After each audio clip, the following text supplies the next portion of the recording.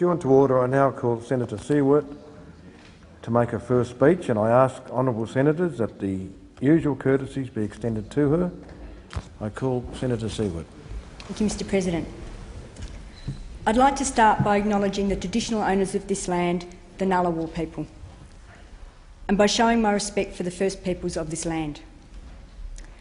It always will be, it always was and always will be Aboriginal land, and it is incumbent on us, of those of us who have chosen to represent this nation, that we take responsibility for past wrongs and seek to address these current injustices. I'm not afraid to say sorry to our Indigenous peoples and look forward to the day that we will acknowledge their voices and do them justice by enabling their true representation in the governance of this nation. It is to our shame that we are the only developed nation which has failed to achieve this, and that the plight of our Indigenous peoples continues to worsen. I have been up here with the Health Committee talking to communities around Aboriginal health issues, but I've specifically now come here and I'll be going to Fitzroy Crossing to talk about community closures and the proposals by the WA government to close communities, or I think what they'll probably do is more strangle them by restricting resources and services to the point where people will have to drift away in order to get services. I think they'll be much more sneaky about it. So I want to talk firsthand to the people that are affected, and so that then I can help reflect their opinions both to broader Australia, in the media and particularly to the Senate. The Close the Gap initiative, even before that was adopted by government, we were there campaigning for this process. And it is important to remember that tomorrow is the 6th anniversary of the apology, something that people had been working on for decades and decades. And we need to be careful to remember that we don't repeat the mistakes of the past. And I expressed my deep concern that with the number of Aboriginal children that have been taken into care in certain states around this country, I think that we are facing potentially the same situation again. And in Australia we have a large number and wide variety of community groups and non-government organisations who make an invaluable contribution to this process. Having worked for a community organisation for many years, I know the important role the sector plays in advocacy and community development, in providing information to government, the opposition, minor parties, to business and the broader community, and in providing access to community members who find it difficult to engage in the political process and have their say. Community organisations commit hundreds of thousands of hours of voluntary time each year to making our nation a stronger and fairer place. Happy 10th anniversary to the Queen of Committees, or the Community Affairs Committee anyway, and Madam Whip. A favourite memory, I reckon one of them would have to be our shared experience of extreme parliamentary travel when we, if I recollect rightly, we were sharing a trip on the back roads of Madang in the mountains in Papua New Guinea. And it was dark, it was pouring with monsoonal rain, the road was so potholed it was almost impossible to drive along it.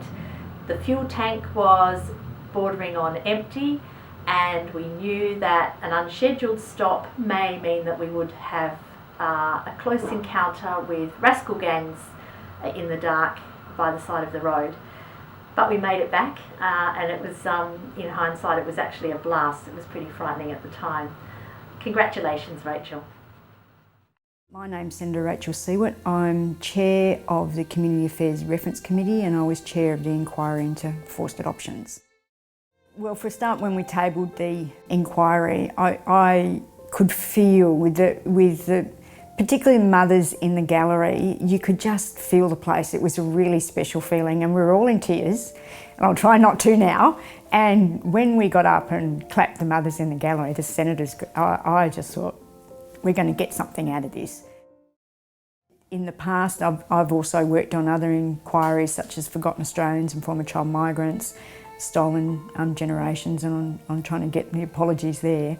And this one, the government responded much more quickly. One of the key things that comes out from mothers in particular is we were believed. Finally, somebody has believed. At the same time that government has been undermining community organisations, they've been increasing the demands on the community sector by cutting government services and outsourcing welfare organisations and expecting volunteers to pick up the slack. So that on one hand, it's okay for the community sector to care for the disadvantaged and the environment, but it's not acceptable for them to actually try and improve their circumstances. This is a government abandoning the most vulnerable members of our community and making them pay for the fact that they won't stand up to the mining industry. That this budget has changed and will change society, but it'll be for the worse.